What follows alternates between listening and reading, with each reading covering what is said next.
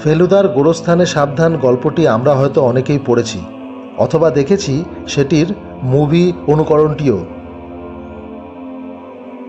1767 খ্রিস্টাব্দে তৈরি হওয়া এই ব্রিটিশ গোরস্থানে আজ আমরা পৌঁছে গেছি। ইতিহাস তো বটেই, তবে এখানে শায়িত রয়েছেন ডিরোজিও, স্যার উইলিয়াম জোনসের মতন ব্যক্তিত্বরাও।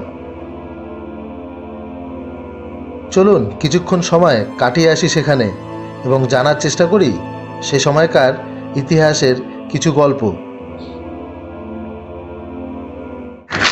আজকে এসেছি সাউথ পার্ক স্ট্রিট সেমেট্রিতে। হ্যাঁ, 250 বছরেরও বেশি পুরনো কলকাতার এই সেমেট্রিতে আছে অনেক বিখ্যাত বিখ্যাত ব্যক্তির গ্রেভ। রয়েছেন ডিরোজিও এখানে শায়িত। আর হ্যাঁ, তথাকথিত ইংরেজদের কবর, এটি কবরখানা। ইংরেজদের কিছু বিখ্যাত লোক যাদের জন্য আজকে বাংলাকে সাংস্কৃতিক হাব বা আরও অনেক কিছু বলা হয়ে থাকে। আবার এরকম অনেকেই ছিলেন যারা হয়তো ছিলেন আদতে অত্যাচারী, কিন্তু এখন এই মাটিতে মিশে গিয়ে হয়ে গেছেন এখানকার উন্নত। হ্যাঁ, ওরকমই। অর্থাৎ ভারতের যে হেরিটেজ সাইটগুলো আছে তার মধ্যে একটা কিন্তু এটি। এই যে দেখছেন এরকম অনেকগুলো গলি রয়েছে এখানে, আর প্রত্যেক কটি গলির দুধারে রয়েছে প্রচুর সমাধি। আর সেই সমাধিগুলো 250 বছর, কোনোটা প্রায় 300 বছর পুরনো। আর হ্যাঁ, শেষ 100 বছরে এখানে একটাও কবর দেওয়া হয়নি।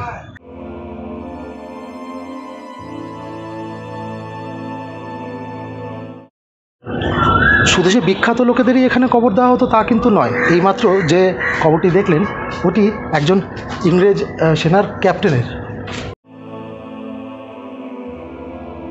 হাওড়ার বিখ্যাত বোটানিক্যাল গার্ডেনের ফাউন্ডার রবার্ট কাইলের সমাধি এই গোরস্থানেই রয়েছে বন্ধুরা। আর তার সাথে রয়েছে স্যার উইলিয়াম জোনসের সমাধি। স্যার উইলিয়াম জোনস, যিনি এশিয়াটিক সোসাইটি স্থাপন করেছিলেন, তার সমাধিটি এখন কিন্তু ওয়েল মেনটেন্ড রয়েছে। এখানকার সবচেয়ে পুরনো কবরটি 1768 সালের এবং সেটি মিসেস স্যারা পিয়ারসনের নামে। 80 দশকে কিন্তু এই সেমিট্রি ধূলিসাৎ হতে বসেছিল।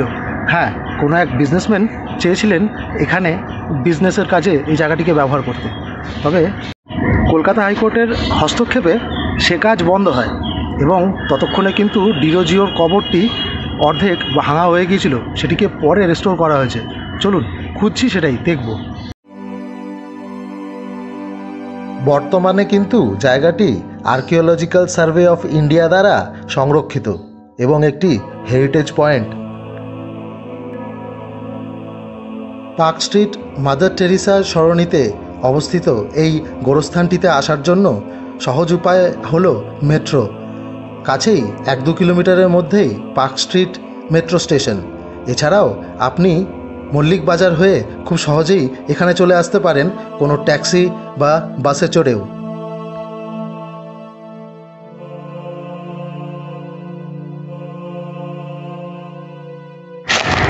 ভাবতে অবাক লাগছে, বর্তমান যে কলকাতায় আমরা থাকি তার থেকেও কিন্তু পুরনো এই সম্পূর্ণ সেমেট্রিটি।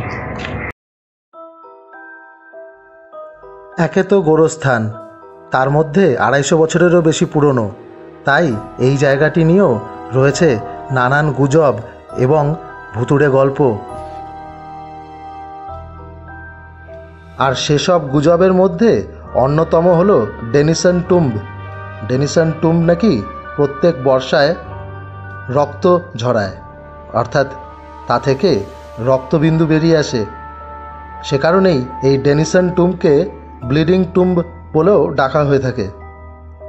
জানা যায় এই ডেনিসন ফ্যামিলির প্রত্যেকেই নাকি খুবই অল্প সময়ের ব্যবধানের মধ্যে একে একে অজ্ঞাত কারণে মারা গিয়েছিলেন। এছাড়াও নাকি সময়ে সময়ে এখানে এসে অনেকেই অজ্ঞান হয়ে পড়েছেন বা শ্বাসকষ্ট অনুভব করেছেন। যদিও তার সপক্ষে কিন্তু কোনো প্রমাণই নেই, এমনকি আমরাও এই জায়গাটিকে অনেকটাই শান্ত ও স্নিগ্ধ বলেই মনে করলাম। আমাদের পিছনের এই কবরটি একটি বিশেষতা আছে। এখানে লেখা আছে চার্লস স্টুয়ার্ট, আর এই কবরটি 1828 সালের, কিন্তু তার সাথে তার নামের পাশে লেখা আছে নোন অ্যাজ হিন্দু স্টুয়ার্ট। আর ভালো করে যদি এর কবরটাকে দেখেন তাহলে বুঝতে পারবেন যে এই কবরটিতে হিন্দু মন্দিরগুলির যথেষ্ট স্থাপত্য শিল্পের ছাপ রয়েছে। অর্থাৎ ইনিও একজন এমন ব্রিটিশার্স ছিলেন যিনি যার মনে হিন্দুদের জন্য ভালোবাসা এবং স্নেহ ছিল, অর্থাৎ ধর্মটির প্রতি তার কোনো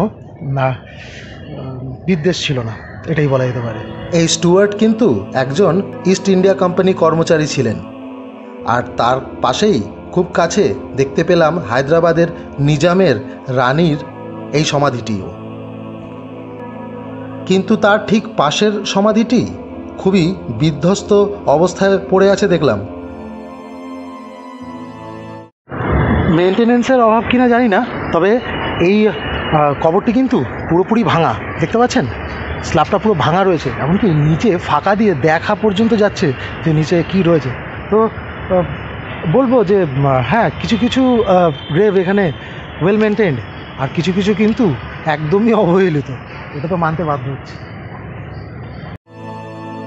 খোঁজাখুঁজি করতে করতে হঠাৎ নজরে পড়ে গেল আমরা যেটা খুঁজছি, অর্থাৎ ডিরোজিওর সমাধিটি। হ্যাঁ, দূরে ওই সমাধিটি ডিরোজিওর সমাধি, যেটিকে পরে রেস্টোরেশনের মাধ্যমে ঠিক করা হয়েছে।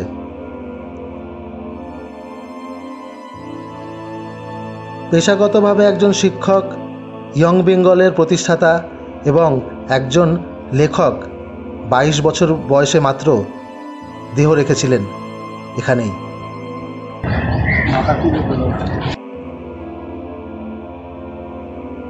জায়গায় জায়গায় কিছু মনুমেন্টের ধ্বংসাবশেষও নজরে পড়তে লাগলো।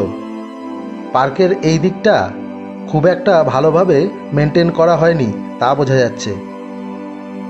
এখানকার মনুমেন্টগুলির স্থাপত্যকলা কিন্তু গ্রিক, ইজিপশিয়ান, হিন্দু ও মুসলিম এই সবকটি ঘরানার স্থাপত্যকলার থেকে অনুপ্রাণিত। কলকাতার একদম হার্টল্যান্ডে, শহরের ব্যস্ততার মাঝখানে এরকম একটি শান্ত স্নিগ্ধ জায়গা রয়েছে, এটি ভাবতেও অবাক লাগে বন্ধুরা। চারিদিকে যেদিকেই তাকাবেন শুধু সবুজ আর সবুজ। হ্যাঁ, প্রচুর গাছ রয়েছে এখানে বন্ধুরা, আর তাদের মধ্যে বেশ কয়েকটি অনেক পুরনো। বর্ষার সময় এই পায়ে চলার পথগুলি কিন্তু অনেক পিচ্ছিল হয়ে গিয়ে থাকে, সেক্ষেত্রে সাবধানে চলাই ভালো। তবে এই সময় হ্যাঁ, সেরকম কোনো সমস্যা নজরে পড়ল না।